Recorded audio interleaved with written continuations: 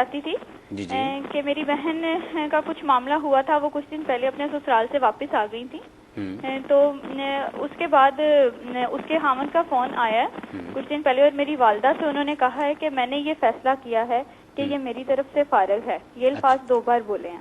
2 بار اس کے بعد جی جب کچھ لوگ گئے بات کرنے تو ان کے سامنے بھی یہ بات بہت بار کی گئی انہوں نے.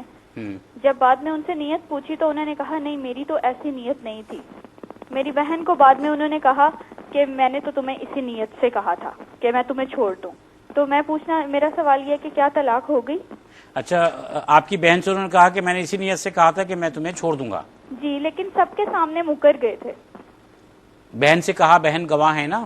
جو لفظ انہوں نے استعمال کیا کہ میں نے فارغ کیا، تو اس کو ہمارے فقہاء کرام صریح میں شمار کرتے ہیں. اچھا، یعنی جس طرح یہ لفظ ایسے ہی ہے جیسا کہ میں نے تمہیں طلاق دی، تو اس میں نیت کا اعتبار نہیں ہے کہ نیت تھی یا نہیں تھی.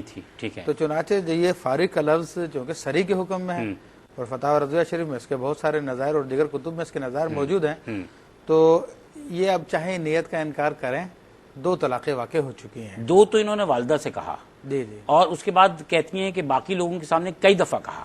نہیں، باقی لوگوں کے سامنے ممکن ہے کہ انہوں نے اعتراف کیا ہو کہ ہاں بھائی میں 2 فارغ کر چکا ہوں. اچھا، تو وہ ممکن ہے اسی بات کی خبر دی انہوں نے، تو اس کے بارے میں تو ہم کم سے کم کا گمان رکھیں گے کہ 2 تو یقینی ہیں. ہاں اگر گفتگو کے بعد معلوم ہو جائے کہ اس نے مزید بھی اور کوئی طلاق دی تھی تو پھر تو 3 ہو جائیں گی، لیکن اس کا چونکہ کنفرم نہیں ہے ہمیں، 2 کا ہمیں کنفرم ہے، تو 2 کا تو ہم کہتے ہیں کہ 2 طلاق ہو گئے. یعنی ابھی رجوع کرنے کی گنجائش ہوگی اگر 2